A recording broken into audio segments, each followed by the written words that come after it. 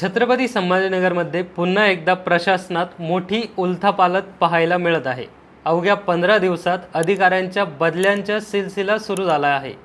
जी श्रीकांत यांची पुन्हा छत्रपती संभाजीनगरमध्ये विभागीय आयुक्त म्हणून नियुक्ती करण्यात आली आहे। महापालिका आयुक्त पदावरून बदली झाल्यानंतर त्यांनी जल जीवन मिशनचे संचालक म्हणून नुकतेच पदभार स्वीकारला होता। मात्र आता पुन्हा त्यांची बदली करून त्यांच्याकडे विभागीय आयुक्त पदाची जबाबदारी देण्यात आली आहे। या निर्णयामागे स्थानिक पातळीवरील राजकीय हालचालीही महत्त्वाच्या ठरल्या आहेत।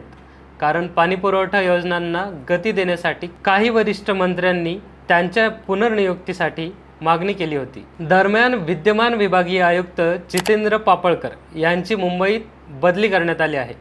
त्यामुळे प्रशासनात मोठा फेरबदल झाल्याचे चित्र दिसत आहे। म्हणजेच फक्त 15 दिवसातच पुन्हा एकदा बदल आणि आता सर्वांच्या नजरा जी श्रीकांत यांच्या पुढील निर्णयावर असतील। तुम्हाला जी श्रीकांत यांचा पुन्हा बदलीचा फायदा होईल असं वाटतं का? कमेंटमध्ये नक्की सांगा। आणि अशाच महत्त्वाच्या अपडेटसाठी त्याचं काय महाराष्ट्राला इंस्टाग्रामला फॉलो आणि यूट्यूबवर सबस्क्राईब करायला विसरू नका।